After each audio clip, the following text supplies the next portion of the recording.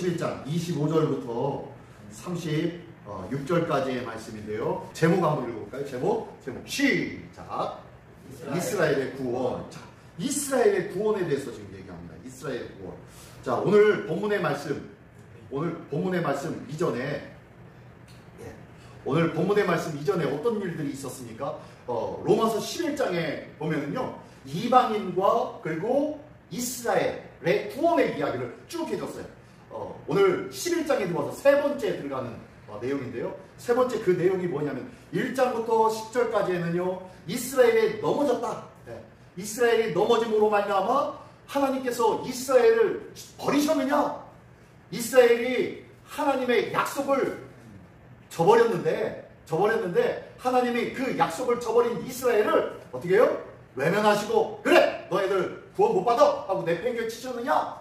그렇지 않다라는 거예요. 왜요? 왜 그랬을까요?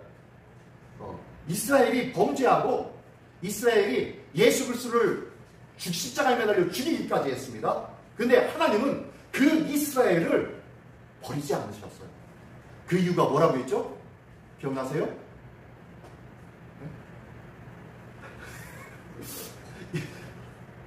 이스라엘이 하나님의 말씀을 징그럽게 안 들어.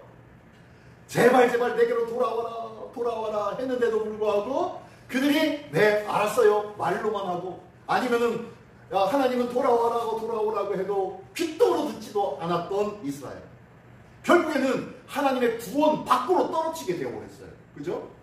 그래서 예수 그리스도, 그게 가장 큰 증거가 뭐예요? 예수 그리스도를 십자가에 못 박은 거예요. 하나님께서 허락하신 구원의 놀라운 길을 저희가 발로 차버린 거예요. 그래서 이 구원이 어디로 가버렸습니까? 네, 이방인에게로 가버렸어요. 그러면 하나님이 이 이스라엘을 영원토록 구원 못 받도록 그냥 내팽개 쳤느냐? 그렇다 안 그렇다? 안 그렇다는 거예요. 왜 하나님은 이스라엘 끝까지 붙잡고 있을까요? 딱 한 가지. 할렐루야. 약속 때문에.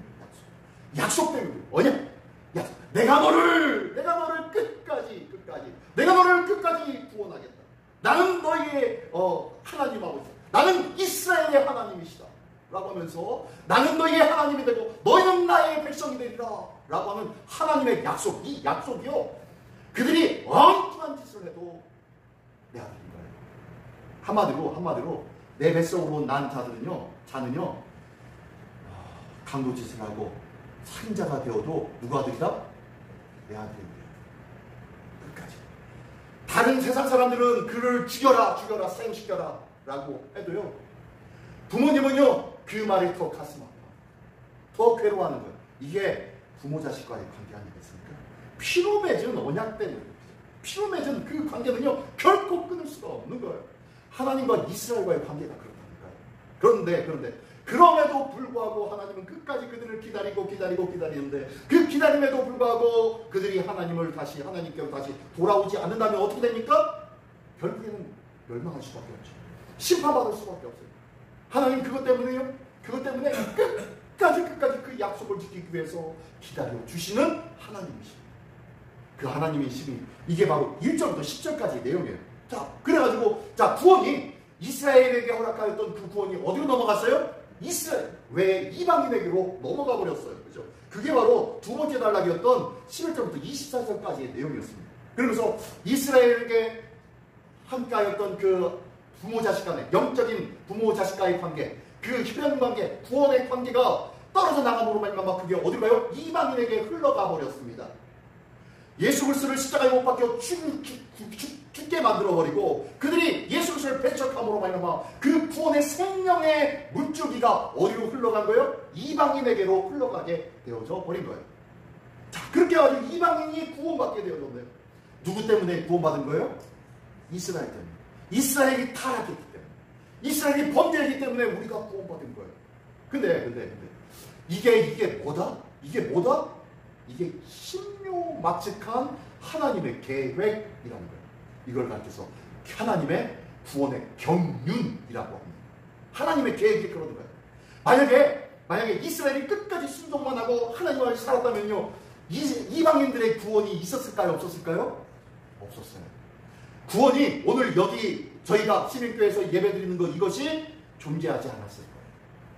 이스라엘의 그 타락과 예수 그리스도의 복음을 밀어내므로 인하여서 그 복음의 은혜가 온 천지 만물에게 흘러가게 되었다. 이게 누구의 계획이시다? 하나님의 계획이시다. 이게 바로 1절부터 11절부터 24절까지의 내용입니다. 자, 그러고 난 다음에 그러면 이 이스라엘을 끝까지 영원히 버렸겠느냐라고 하면서 말씀을 하는 것이 오늘 본문의 말씀입니다. 오늘 본문의 말씀이 이 모든 것이 하나님의 신묘막측한 신비로다, 기가 막힌 하나님의 지혜로다, 놀라운 비밀이로다 라고 말씀하는 것이 오늘 본문의 말씀입니다. 자, 오늘 본문의 말씀이 세 달로 나눠서 같이 나눌 건데요. 먼저 25절부터 27절까지의 말씀입니다. 먼저 공독하겠습니다. 저 한 절, 여러분 한 절, 다 같이 한 절 읽어보겠습니다. 형제들아, 너희가 스스로 지혜 있다 하면서 이 신비를 너희가 모르기를 내가 원하지 아니하노니, 이 신비는 이방인의 충만한 수가 들어오기까지 이스라엘의 덜어는 우둔하게 된 것이다. 위하여 온 이스라엘이 구원을 받으리라. 그때가 구원자가 신실용사 야곱에게서 구원하지 않은 것을 일으키시겠고. 네, 다 같이 내가 그들의 죄를 없이 할 때에 그들에게 이루어질 내 언약이 이것이라 함과 같으니라. 예, 이게 무슨 소리예요? 이게 또 사도 바울 로마서가 조금 어려워요. 무슨 소리인가? 근데요, 자세히 하나씩 뜯어서 읽어보면은 뭔 소리인지 이해가 갈 거예요. 다시 한번 25절로 27절까지 얘기 다시 한번 볼게요. 25절 보니까요, 형제들아 라고 했는데 형제들이 누구예요? 지금 누구에게 편지한 겁니까? 이게 로마의 교인들한테. 자, 로마의 교인들은 이방인입니까? 이스라엘입니까? 네, 이방인들이에요. 이방인들이 많아요. 그리고 나중에 그 로마의 교회가 로마의 교회가 이방인과 유대인들, 개종한 유대인들이죠. 유대인들이 모여서 처음에는 로마 교회를 만들었었는데 지난주에 그랬죠. 예, 그 로마에 어떻게 해요? 유대인 박해가 시작되었어요. 그래서 어떻게 합니까? 모두 다 유대인을 쫓아내버렸어요. 로마에서. 그래서 로마에서 쫓겨남으로 말미암아 로마 교회에 이방인들만 자리 잡게 되었어요. 그래서 이방인들만 함께하고 있으면서 이방인들이 그 믿음을 든든히 세웠단 말이에요. 왜냐하면 그 전에는 이방인과 유대인들 사이 간에 약간의 보이지 않는 알력 같은 것들이 있었어요.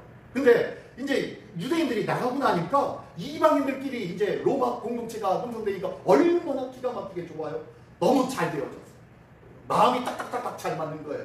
그래서 잘 되는데 이제 시간이 지나서 네로 황제가 다시 올라서면서 네로 황제가 그 종교적인 문제, 기독교의 문제를 조금 풀어줬단 말이에요. 처음에. 그러니까 다시 유대인들이 로마로 들어와서 로마 교회 안에 들어가게 됐어요. 그랬더니 이 안에서 어떻게 됩니까? 다시 문제가 생기게 되고 약간의 알력이 발생하게 되어지네요. 네, 그랬었던 것이 바로 이 로마 교회의 모습이었습니다. 그러다 보니까요, 이 이방인들이 주축이 되어서 열심히 잘 해보겠다고 했는데 또다시 유대인들이 들어와가지고 율법이 있어야 돼. 그래도 세례를 받아야 돼. 할례를 받아야 돼. 율법은 지켜야 돼. 안식일도 지켜야지. 아이고 그럼 사대절기도 지켜야지. 저기까지 막 이렇게 끄집어 나오려고 해요. 그러니까 복음이 뒤죽박죽이 되어지고 뭐가 뭔지 몰라는 혼동하는 상태가 또다시 시작되어지려고 하는 것입니다. 그러는 가운데 서로가 어떻게 해요? 그러다 보니까 그래 너희들 잘났다 하면서 약간의 어떻게 해요? 갭이 발생하고 문제가 생기려고 하였던 그때에 지금 로마 교회에다가 지금 편지를 하는 거예요. 사도 바울이 편지를 해가지고 너네들 유대인들을 너무 뭐라고 하지 마, 미워하지 마 라고 하면서 11장의 내용을 아까 말씀드린 것처럼 이 유대인들이 없었으면은, 유대인들이 복음을 밀어내지 않았으면 우리에게 이방인들에게 복음이 가지 않아서, 그러니까 저 유대인들 때문에 우리에게 복음이 와서 구원받은 백성이 되었으니 얼마나 값진 관계이냐, 얼마나 대단한 사람들이냐 라고 이렇게 얼레고 설레는 말씀이 11장의 말씀인 거예요. 그러면서 설명을 계속 해줍니다. 뭐라고 설명해주면, 형제들아, 로마 성도들아, 너희가 스스로 지혜 있다 하면서 이 신비를 너희가 모르기를 내가 원치 않아. 로마인들은요 아주 세련된 사람들이었어요. 헬레니즘 문화에 흡업지에서요 지혜와 그리고 토론과 학식과 학문이 발달했던 지역 로마, 그 지역에 살면서 나름대로 스스로 똑똑하다고 생각했던 사람들이 많았던 지역, 한마디로 저 강남과 같은 그런 지역. 그런 지역에 사는 사람들이 어떻게 해요? 있는데 너희들 똑똑하다는 거 알고 있어? 라고 하면서 얘기합니다. 그러나 요 신비를 모르지 않았습니다. 너희가 모두가 다 알았으면 좋겠어 하면서 얘기합니다. 뭐라고 하냐면요, 이 신비는 이방인의 충만한 수가 들어오기까지 이스라엘의 더러는 우둔하게 된 것이다 라는 거예요. 자, 이방인들이 구원을 받게 될 거야. 이방인들이 구원을 받게 되는데 하나님께서 계획하시고 하나님께서 준비하여 주신 그 구원의 숫자가 차기까지 아마 그들이 내버려 둠을 당할 걸. 그래서 그들이 내버려 둠을 당하는 것, 이스라엘의 더러는 우둔하게 된 것이다. 참 지혜이신, 참 구원이신 예수 그리스도를 제대로 알지 못하게 만들어 두는 거예요. 그들에게 믿음의 지혜가 없는 거예요. 믿음의 지혜는 어디서부터 나옵니까? 무엇으로부터 나옵니까? 말씀과 성령입니다. 말씀과 성령이 없으면요, 하나님의 말씀을 이해하지도 못하고 깨닫지 못하고 구원의 확신도 갖지 못하는 거예요. 근데 이스라엘 사람들에게 이 말씀과 성령이 없는 것 같아요. 그죠? 이스라엘 사람들에게 성령의 큰 강권적인 역사가 그렇게 많이 있지 않아요. 아직까지도. 더러는 우둔하게 된 것이다. 성령의 역사가 없으니 하나님의 말씀을 보아도 이 말씀이 구원으로 가는 길을 알지 못하는 거예요. 근데요, 성령께서 역사하시니까 이 말씀을 보고 우리는 구원의 길을 찾는 거예요. 예수 그리스도를 말씀 속에서 발견하는 거예요. 이게 바로 성령께서 함께 하실 때 허락하신 지혜예요. 자, 어쨌든 이렇게 이 신비는 이방인이 충만할 때까지 이스라엘의 더러는 우둔하게 된 것이다. 그렇게 하나님께서 내버려 두시는 거예요. 언제까지? 이방인의 수가 충만할 때까지. 하나님께서 이방인 모든 족속에게 하나님의 복음이 땅끝까지로 내 진리로 삼아서 그곳에 복음이 전달되어지기까지, 이게 하나님의 이방인의 충만한 수가 이루기까지 아니겠어요? 그렇죠? 세상 끝까지 주의 복음이 더 전해지고 나면은 그때서야 끝이 오리라. 예수님이 말씀하신 것처럼 아마 그때쯤 되면 이제 이스라엘 사람들에게 성령의 역사가 일어나기 시작할 거고, 말씀에 대한 붐이 막 일어나서 그들에게 회개해서 주님께 돌아오는 사람들이 일어나게 될 거예요. 이제 보십시오. 나중에 보십시오. 예수님께서 말씀하실 때 종말의 때를 제자들이 가르쳐준 적이 있어요. 그리고 그때가 언제쯤 오겠습니까? 라고 제자들이 물어보니까 이것저것 비유를 하시다가 마지막으로 무화과나무 비유를 하세요. 그래서 무화과나무 잎이 연하여지고 열매가 맺혀지기 시작할 때가 오리니라고 합니다. 이 무화과나무가 어디를 상징하냐면은 이스라엘을 상징해요. 그래서 이스라엘의 잎이 연해지고 열매가 막 맺혀지기 시작한다라는 것을 보면은 아마 요 이방인의 수가 충만한 때, 그리스도의 복음이 땅끝까지 이르는 때, 성령님께서 이스라엘에게 이제는 지혜의 역사를 허락하셔서 구원의 길을 열어주시기 시작할 때, 그래서 이스라엘의 나뭇잎이 여기 잎이 연하여지고 열매가 맺어지기 시작하는 때가 바로 그때예요. 지금은 이스라엘이 지금 전쟁 중에 있고 난리법석을 치고 있죠. 근데요, 어느 한순간입니다. 저는 보기에 한순간이에요. 저러다가 갑자기 복음을 확 인정하고 흡수할 거예요. 저러다가 철저한 히브리 종교, 유대 종교인으로 똘똘 뭉쳐진 그 종교관이 무너지고 예수 그리스도를 확 들여받아주는, 수용하는 그때가 반드시 있을 거예요. 지금 이스라엘의 총리는 굉장히 강경한 사람인데 아마 총리가 바뀌어지면 그럴 거예요. 아무튼 언제쯤은 아마 예수 그리스도의 복음이 확 들어올 때가 있을 거예요. 그때쯤 되면 이제 끝이 오리라 라고 했는데, 그때부터 이제 끝의 종말의 시작이라고 저는 그렇게 느껴져요. 아무튼 이 이스라엘 더러는 우둔하게 된 것이다. 자, 이렇게 된 거야. 그러므로 이 유대인들을 이방인 사람들 너무 뭐라고 하지만 그들 때문에 우리가 복을 받게 된 거야 라고 하면서 그 얘기를 하고 있는 거예요. 그래서 26절에는 또요, 그리하여 온 이스라엘 구원을 받으리라. 자, 그리하여서 우둔하게 되었지만 어느 순간 확 그 복음을 섭함으로 말미암아 어떻게 해요? 접함으로 말미암아 구원을 받게 되리라 라고 하면서 말씀하고 있어요. 그래서 27절에 내가 그들의 죄를 없이 할 때에 그들에게 이루어질 내 언약이 이것이라 함과 같으니. 예. 이제 앞에 구약 성경의 말씀을 인용하면서 이것이 바로 내 언약이 이루어질 때가 그렇게 될 거야. 어느 날 분명히 온 이스라엘 백성이 구원받는 날이 꼭 올 거야. 이파리가 연하여지고 열매를 맺기 시작할 때. 그 얘기를 지금 말씀하고 있습니다. 자, 이방인의 충만한 때가, 충만한 수가 있을 때, 그때. 그리고 이스라엘은 하나님께서 버리신 것이 아니라 어떻게 해요? 구원의 여지를 남겨두고 기다리고 있는 거예요. 하나님의 때를 기다리고 있는 거예요. 그래서 25절에 이렇게 말씀합니다. 이 신비를 너희가 모르기를 내가 원하지 아니하노니. 자, 이 신비를 알아라.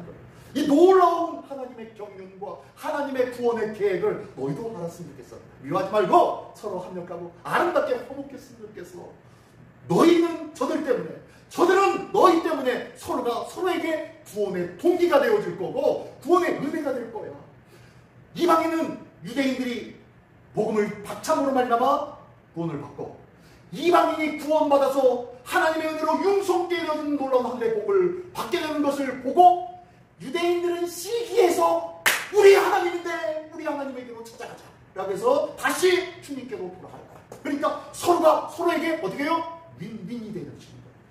이게 바로 하나님의 방법인데, 이 놀라운 하나님의 지혜로운 이 방법이 너희가 모두에게 알기를 원한다, 깨달아야를 원한다 라고 말씀하고 있는 거예요.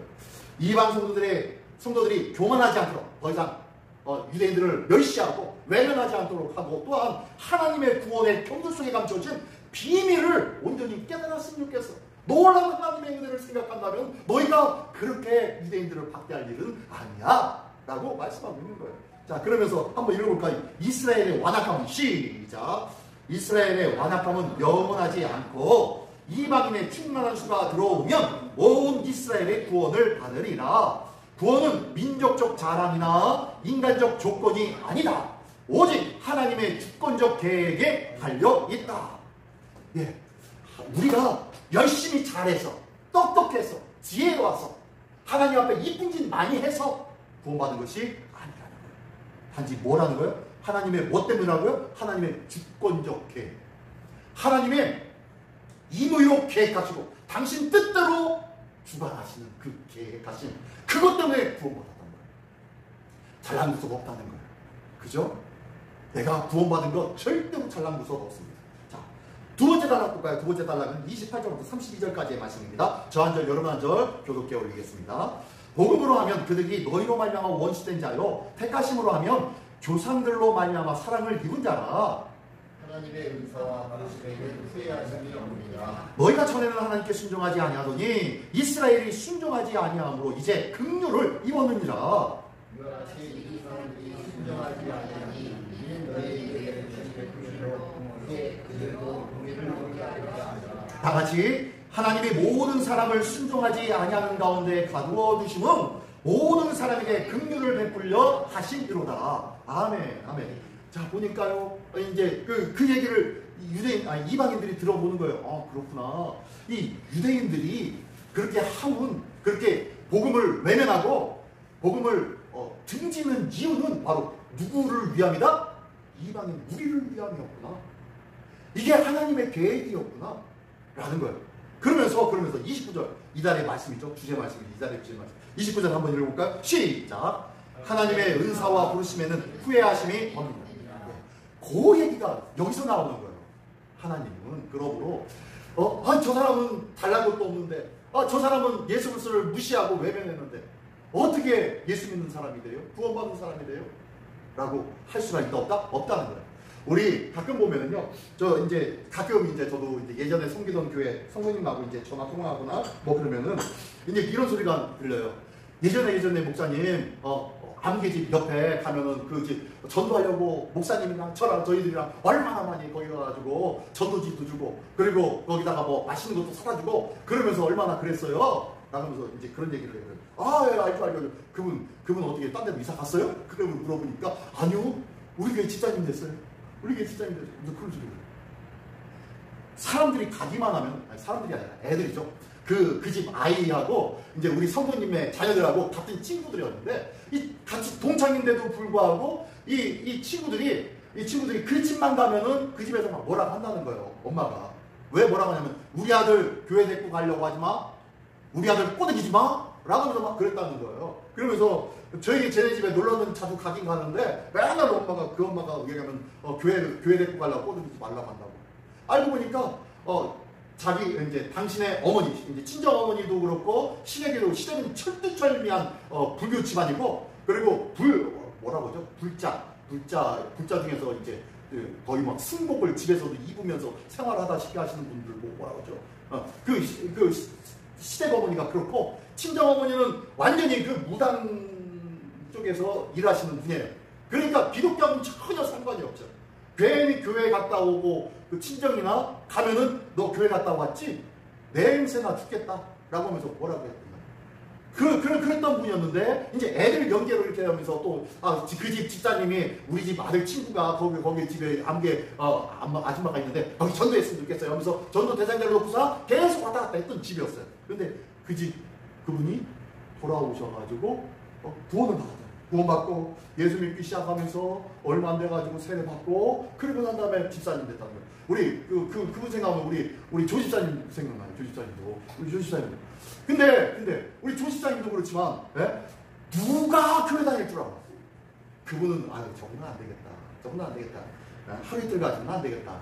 라면서 거의 포기하고 저는 거의 잊어버렸는데 그 집사님하고 통화하면서 요번에 집사님 됐어요 하면서 얘기하시는데 얼마나 그분이 신나하시는지 몰라요. 구원은 사람의 생각으로는 전혀 상상하지 못합니다. 그렇죠? 아무리 핍박하고 아무리 외면하고 복음에 대해서 무시하던 사람들이요, 한순간 어느 날 갑자기 한순간에 확 바뀝니다. 그렇죠? 이게 사람의 마음이라는 거예요. 사람의 마음은 내 생각대로, 내 계획대로, 내 지혜대로, 내가 생각했던 대로 되는 줄 아는데 아니더라는 거예요. 내 생각도 때로는 하나님의 역사로 뜻밖의 엉뚱한 생각과 삶을 내가 살게 되더라는 거예요. 이게 인생 아닙니까? 기가 막힌 인생을 살아가요, 우리는요, 사실. 근데 전부 다 내 생각대로, 내 계획대로 살아가는 줄 알고 착각하며 사는 것이 우리 인생 아니겠습니까? 그죠? 내 인생대로 되는 거 없어요. 잘 되는 일이든 못 되는 일이든 내 인생대로 내 마음대로 되는 거 없어요. 그래서 지금 29절에 하나님의 은사와 부르심에는 후회하심 없다. 하나님이 누구를 부르셨는지, 아니 세상에 전혀 구원받지 못할 사람 같았는데, 그 사람은 절대로 교회 나오지 않을 것 같았던 사람이었는데, 그 사람이 그렇게 구원받고 기쁨으로 은혜 받으며 사랑하고 하니까 얼마나 기가 막히고 얼마나 감사한 일입니까? 놀랍고 놀라운 일이죠. 하나님의 부르심에는요, 결코 후회하심이 없어요. 놀라운 기가 막힌 하나님의 역사가 있다는 것을 믿으시기 바랍니다. 자, 그래서 이 두 번째 단락에서는요, 은혜의 신실하심. 하나님의 은혜는요, 신실하다는 거예요. 신실하다라는 뜻은 무슨 뜻과 동일하다고 했죠? 충성과 신실하다는 건 똑같다고 했죠? 근데요, 신실하다라는 말은 어떤 뜻이에요? 한마디로 변함이 없는 거예요. 변함이 없는 거예요. 어제나 오늘이나 변함없이 말씀을 보고 정식기도 시간 지키면서 변함없이 주의를 섬기며 마음으로 하나님 앞에 기도하며 사는 삶. 어떤 특별한 이벤트나 어떤 하나님의 특별한 은총과 어떤 특별한 역사가 저희 삶 속에 나타나서가 아니에요. 아무것도 없는데 꾸준하게 변함없이 믿음을 지키며 살아가는 거예요. 어렵고 힘들고 때로는 사람들이 손가락질하는 일들도 때로는 있지만 그럼에도 불구하고 변함없이 신실하게 살아가는 거예요. 이게 바로 은혜의 신실하십니다. 신실이라는 단어예요. 우리 모두가 신실한 믿음의 삶이 되기를 원합니다. 근데요, 이 제목에 보니까 은혜의 신실하심이래. 뭐가 신실하다는 거예요? 은혜가 변하지 않는데요. 은혜가 이게 누구에게 말씀하는 거예요? 하나님 얘기하는 거예요. 하나님의 은혜가 왜 신실하지 않습니까? 자, 29절 방금 전에 말씀처럼 하나님의 은사와 부르시면 후회하심이 없느니라. 하나님은요, 한 번 지명하고 붙잡고 구원의 길로 이끌어 주시었으면요, 그것이 하나님의 후회하심이 없어요. 이 일을 통하여서 또 다른 은혜가 반드시 있어요. 한 사람이 구원받잖아요. 그러면요, 나만 구원받는 건 아닙니다. 꼭 기억하십시오. 내가 구원받으면요, 나만 구원받지 않습니다. 무조건 무슨 수를 써서 간데 분명히 영향력이 미쳐져요. 누구인가 간에 아무튼 그들에게 영향을 미치는 삶을 살게 돼요. 내 의지도 아니에요. 내 노력도 아니에요. 하나님의 은혜의 믿음의 삶을 받아들였더니 그것을 수용하고 인정하고 믿음의 생활을 이렇게 하는 거라고 해서 지키면서 살았더니 이 삶을 통해서 또 다른 영적인 영향력을 끼치게 되더라는 거예요. 내가 한 것은 있다 없다? 없어요. 없어요. 누가 하셔요? 하나님. 성령님이 하시는 거예요. 자꾸 내가 하려고 하니까 힘에 겪고 벅차고 두렵고 떨리는 거예요. 우리는 이 일에 대해서, 내 맡겨진 일에 대해서 첫 번째 뭐 하는 게 없어요? 기도요. 기도하는 거예요. 기도하다 보면요, 상황과 형편이 할 수밖에 없는 상황으로 만들어주시기도 하고요. 기도하다 보면요, 상황과 형편뿐만 아니라 내 마음속에 어느샌가 모르게, 나도 모르게 그 일을 행하고 있는 내 모습을 발견할 수 있어요. 내가 맡겨진 사명을 감당하지 못하는 이유 중에서 첫 번째 이유는 뭐 때문에 그런다? 기도하지 않아요. 내게 맡겨진 사명에 대해서 기도하지 않으니까 그 일들이 이루어지지 않는 거예요. 보여지지 않는 거예요. 체험되지 않는 거예요. 자, 한번 읽어볼까요? 자, 한번 읽어보겠습니다. 모든 사람은 시작. 모든 사람은 불순종 안에 있지만 하나님의 목적은 불순종을 드러내는 데 있지 않고 긍휼을 베푸는 데 있다. 구원은 인간의 자격 아닌 하나님의 긍휼 때문이다. 자, 이게 무슨 소리입니까? 자, 이스라엘 사람들이 그들의 불순종으로 말미암아 하나님의 구원으로부터 멀어지게 되었어요. 그죠? 근데 이 멀어지게 되어졌다는 것은 그들의 불순종을 막 드러내기 위해서 하나님께서 그들을 멀리하셨나요? 뭐 때문에 멀리하신 거죠? 그 구원이 어디로 흘러가게 하기 위해서? 이방인에게로 흘러가게 하기 위해서. 결단코 그들은 분명 불순종했어요. 죄를 범했어요. 근데요, 그 죄를 하나님은 떠버리면서 그들을 초롱하게 만들지 않으셨다. 절대로 그들을 초롱하지 않으셨다. 그들을 어떻게 해요? 그 목적은 바로 다른 이들에게 구원을 베풀게 하기 위함이다. 비록 그들이 넘어졌지만, 그들이 자빠졌지만, 그들이 자빠짐으로 말미암아 또 다른 사람이 구원받게 되어지네요. 하나님의 택하심을 받은 이스라엘 백성입니다. 하나님의 약속이 있었던 이스라엘 아닙니다. 그 약속이 있기에 하나님은요, 넘어져도 그 넘어짐으로 말미암아 다른 이들에게 긍정적인 영향을 끼치게 만들어 주시라는 거예요. 나는 하나님의 부름받은 자인 줄 믿습니까? 나는 하나님의 약속을 믿고 붙잡고 의지하는 믿음을 가지고 있습니까? 그 약속을 붙잡은 자는 이 이스라엘과 같아요. 비록 넘어졌음에도 하나님의 긍휼이 머물지 않는 은혜의 족속들. 이게 바로 이스라엘 사람이에요. 얼마나 큰 축복을 받은 사람이에요. 그렇죠? 우리가 그러한 자들 되기를 원합니다. 내가 하나님의 약속을 붙잡는 거예요. 그래서 약속이 중요한 거예요. 그래서 말씀을 읽지 않는 거예요. 말씀을 읽으면 이 속에 들어있는 수많은 약속을 내가 하나라도 붙잡을 거 아니겠어요? 삶의 순간순간마다 수많은 이 땅의 일들이, 어떤 일들이 일어날지 모르는 이 세상 속에서 이 하나님의 말씀을 익히고 마음의 새김으로 말미암아 그 순간순간마다 부딪히는 상황 속에서 필요한 하나님의 말씀을 철저히 붙잡을 수 있을 거 아니겠습니까? 그러니까 하나님의 말씀을 읽자고 말씀합니다. 이 말씀을 알아야 하나님의 약속을 기뻐하며 그 약속 안에서 우리가 살아가는 것 아니겠습니까? 그렇죠? 그러면서 하나님은 마지막에 뭐라고 해요? 구원은 인간의 자격 때문이 아니라 하나님의 긍휼 때문이다. 네. 하나님이 긍휼히 여겨주시기 때문에. 뭐 때문에? 약속으로 말미암아 긍휼히 여겨주시기 때문에 우리를 구원하시는 것이지 우리가 잘났고 착한 일 많이 해서가 아니다라는 것 기억하기를 원합니다. 하나님은 이 은혜에 신실합니다. 변함이 없다는 거예요. 자, 세 번째 마지막 단락입니다. 33절로 36절까지 교독해 올리겠습니다. 깊도다 하나님의 지혜와 지식의 풍성함이요 그의 판단은 헤아리지 못할 것이며 그의 길은 찾지 못할 것이로다. 누가 주께 먼저 드려서 갚으심을 받겠느냐? 주에게로 돌아가니라. 그에게 영광이 세세에 있을지어다. 아멘. 아멘. 예, 이렇게 해서 11장을 마무리하고 있는데요. 그러고 난 다음에 12장부터는 이제 새로운 장르로 확 넘어갑니다. 분위기가 확 바뀌어져요. 자, 여기 마무리를 어떻게 하고 있냐면 이 사도 바울이요, 이렇게 하나님의 놀라운 신명망측한 은혜와 지혜의 일들을 확 얘기하다가 마지막에 들었지? 알지? 다 알았지? 라고 하면서 찬양을 합니다. 주님을 찬양하네요. 뭐라고요? 기도다 하나님의 지혜와 지식의 풍성함이요 라고 하면서 하나님의 대단하신 분 아니십니까?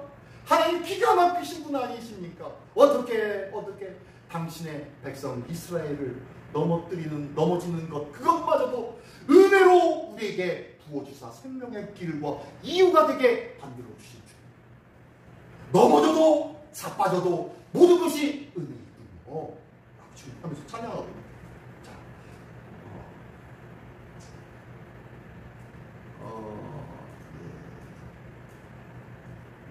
예, 하나님의 지혜의 찬양. 예, 깊도다 하나님의 지혜와 지식의 부요하며 라고 하면서 이렇게 찬양하고 있어요. 사도 바울이.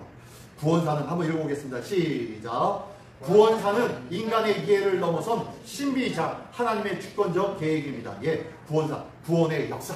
우리를 구원시켜 주시는 하나님의 계획과 하나님의 방법과 하나님의 모든 일들, 그 구원사는 바로 인간의 이해를 넘어선, 인간의 생각을 넘어선 신비로운 일이고 하나님의 주권적인 계획입니다. 자, 한번 읽어볼까요? 자, 구원의 궁극적 목적은 시작. 구원의 궁극적인 목적은 하나님께 영광을 돌리는 것이다. 예, 마지막에 뭐라고 그래요? 마지막에 예, 또다 하나님의 지혜와 지식의 풍성함이요 하면서 36절에 이는 만물이 주께로부터 나오고 주로 말미암고 주에게로 돌아갑니다. 예, 하나님께로부터 와서 하나님께 영광이 되어지며 다시 하나님께 다시 돌아갑니다. 그러므로 그에게 영광이 세세히 있기를 원합니다 라고 마지막에 찬양하고 있잖아요. 우리가 이 땅에서 사는 것, 이 땅에서 행하는 것, 그리고 이 땅을 등지고 이제 하나님께로 갈 때까지 우리는 할 것이요 찬양밖에 없습니다. 주님을 찬양하는 일밖에 없는 줄 믿습니다. 예, 이 귀한 은혜가 오늘 이 사도 바울이 말하고 있는 11장의 마무리예요. 자, 오늘 세 가지의 질문을 한번 해보겠습니다. 첫 번째 본문의 말씀을 듣고 하나님께서 내게 베푸신 구원의 경륜은 무엇입니까? 네, 하나님은 나를 어떻게 구원하셨나요? 나를 어떻게? 저 같은 경우에는 좀 생각나지 않을 때부터 교회 다녔어요. 모태 신앙은 아닌데 아무튼 어렸을 때 그냥 어느 순간부터 그냥 교회 다니기 시작하고 있더라고요. 제가요. 모태 신앙은 아니었는데 다니고 있었어요. 그러다가 다녔는데 구원 받는 믿음으로 다녔느냐? 아니에요. 구원받은 믿음으로 다닌 적 없어요. 언제 구원받았느냐? 중학교 3학년 때. 중학교 3학년 때 어느 기도하다가요. 갑자기 내 안에서 예수님을 믿는다는 것이 이거구나. 내가 왜 이걸 몰랐지? 왜 이것을 깨닫지 못하고 있었지? 내가 뭘 믿으면서 신앙생활 한다고 했었지? 이런 놀라운 은혜와 기쁨이 있는데? 라는 것을 그때서 경험해요. 중학교 3학년 때. 그리고 난 다음에 그때부터 우리 주님과 인격적인 관계를 시작한 것 같아요. 기도가 그냥 형식적인 기도가 아니에요. 기도가 이제 주님과 대면하는 기도예요. 주님과 함께하고 대화를 나누는 기도예요. 주님, 오늘 가기로 이런 일들이 있었는데 하나님 어렵습니다 라고 하면서 내 속에 있는 것들을 내놓는 거예요. 우리가 어떤 때는요, 기도할 때 어떻게 막 기도하면서 형식적으로 막 기도하다 보면은요, 매번 했던 것들을 쫙 장황하게 쭉 기도합니다. 우리의 가족들 누구 아무개는 이렇게 해주시고 아무개는 저렇게 해주시고 해주시고 막 이렇게 기도하고 있어요. 근데요, 기도 다 끝나고 나면은 내가 뭘 기도했는지 모르겠어요. 그 기도는 제가 기도하고 난 다음에 느끼는 것이 기도가 아니었구나 라는 것을 느껴요. 이건 주문이지. 우상들 앞에서 뭔가 이렇게 말하는 주문이지 하나님 앞에 기도가 아니다. 기도는 인격적인 관계 속에서 나누는 대화입니다.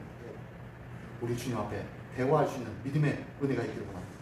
우리 조집사님, 우리 시민교회 정식으로 출석하고 작정한 지가 언제였죠? 2004년 네, 4월달인가 2004년도인가요? 2004년도가 아니죠? 2003년도인가요? 네, 우리 그 어머님이 언제 돌아가셨죠? 몇 년도에 돌아가셨죠? 2003년 4월 10일 날. 네, 그리고 난 다음에 교회 나오시게 됐죠. 그죠? 그리고 난 다음에 교회 나오셨고, 그리고 난 다음에 이제 세례 받으시고, 그리고 난 다음에 권찰 직분 받으시고, 집사님 직분 받으시고, 이렇게 해야 돼요. 우리 권사님, 우리 조집사님 교회 언제쯤 나오실 것 같았어요? 네? 교회 언제쯤이면 우리 교회 나오실 것 같다라고 느끼셨어요? 어머님 돌아가시면 나오신다고 그렇게 말씀하셨어요. 그러면서 끝까지 기도하셨군요. 권사님의 기도가 있으셨군요. 네. 권사님 기도 때문에 그러셨구나.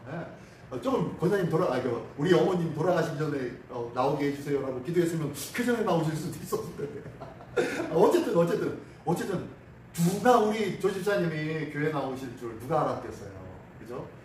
우리 조집사님이 교회 나오셨다는 거 누가 이제 들으면은 진짜냐고 누군가 이렇게 물어보시더라고요. 진짜 나오셨냐고. 권사님 남편 거기 조 선생님 댁에 말이야? 라고 하면서 그렇게 물어보세요. 아까 제가 말씀드렸던 그 무당 하는 그 집 그분이 집사님 된 것처럼 구원받는 것은요 신명같이 그래요. 사람이 생각되지 않습니다. 하나님의 역사입니다. 그죠? 하나님의 일들이 앞으로 우리 집사님과 또한 우리 모두에게 항상 늘 역사하시는 놀라운 은혜가 있다. 예수님의 이름으로 축원합니다. 네, 두 번째 질문 볼까요? 두 번째 질문. 자, 읽어보겠습니다. 두 번째 질문. 시작. 하나님의 은사와 부르심에는 후회가 없다고 하신 말씀을 듣고 내게 어떤 힘을 얻을 수 있을까요? 예, 하나님이 나를 부르신 것 하나님이 절대로 후회하심이 없대요. 그러면 하나님은 어떻게 하신다는 거예요? 나를 부르신 거에 대해서 뭐 하신다는 거죠? 책임진다. 그렇죠? 하나님이 책임져 주신다. 저는 고등학교 2학년 때 제가 처음 하나님 앞에 부름받았을 때 그때는 절대로 잊지 못합니다. 나는 절대로 목사, 교사, 투니는 안 돼 라고 했었는데 하나님이 한 방에 내가 너 쓸게 라는 이 말에 그냥 확 바뀌어졌어요. 근데요 그때 그때 그 어미로운 하나님의 말씀 내가 너 쓸게 라고 하시는 그 말씀에 아무런 답변도 못할 것 같았어요. 싫어요. 못해요. 내가 지금까지 살아온 게 이러는데 이런 생각을 가지고 있는데 하나님 어떻게 절대로 그렇게 못하겠더라고요. 하나님께서 내가 너 쓸게 라는 그 한마디에 막 너무너무 두렵고 떨려서요 아멘 했어요. 그리고 난 다음에 제가 저녁 때 와가지고 이제 집에 와가지고 기도를 했어요. 그때부터 이제 기도하고 있으면서 그랬는데 제가 원망의 기도를 했을까요? 아니요. 원망의 기도를 한 게 아니라 뭐라고 기도했냐면 하나님 이제 하나님이 저 쓴다고 했으니까 하나님이 책임져 주셔야 돼요. 하나님이 저 책임져 주셔야 돼요. 저 하나님이 이 온 땅 만물을 창조하시는 하나님이 저 책임져 주시는 걸 제가 믿으니까 저는 오늘로부터 땡 잡은 사람입니다. 제 인생은 횡재한 사람입니다. 제 인생은 그 무엇과도 바꿀 수 없는 정말로 횡재한 인생입니다. 라고 하면서 그날부터 그렇게 기도하기 시작했어요. 하나님께서 우리를 부르신 그 부르심에 하나님은 후회가 없다고 하셨다는 것 기억하시면서 그 내가 부름받은 것에 대해서 늘 당당하게 여기고 감사하게 여기고 기쁨으로 여길 수 있는 우리 모두가 되시기를 바랍니다. 예, 세 번째 한번 질문을 읽어볼까요? 시작. 내가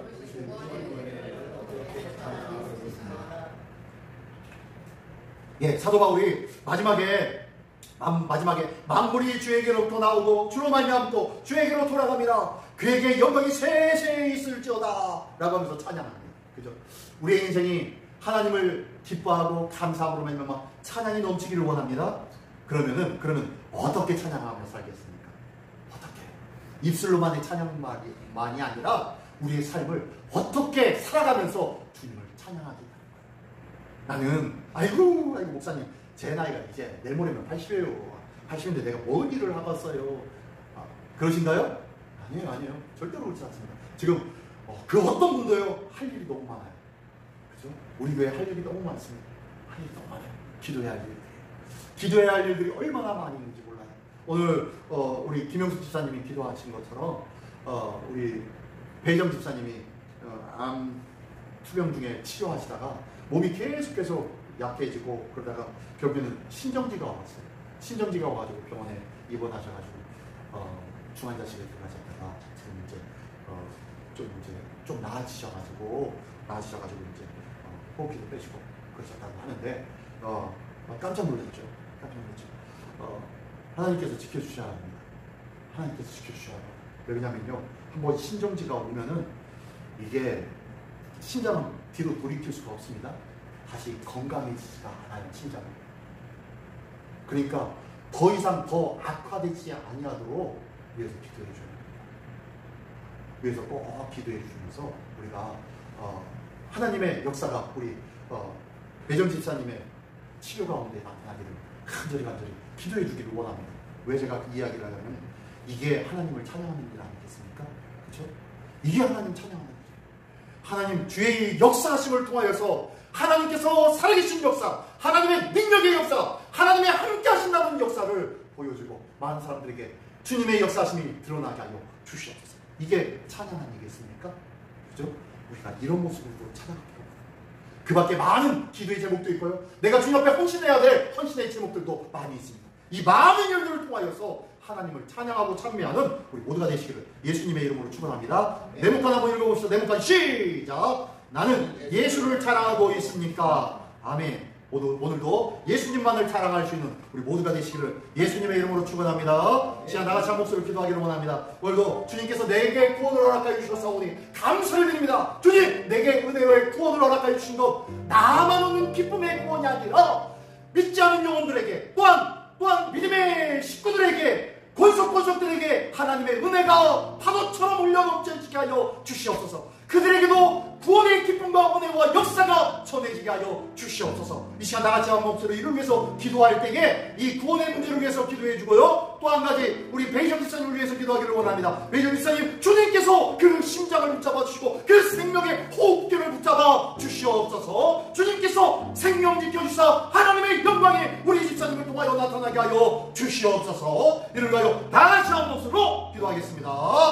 할렐루야. 하나님 아버지 감사합니다. 이 시간도 기도할 때에 우리에게 구원을 주신 하나님의 은혜를 기도하며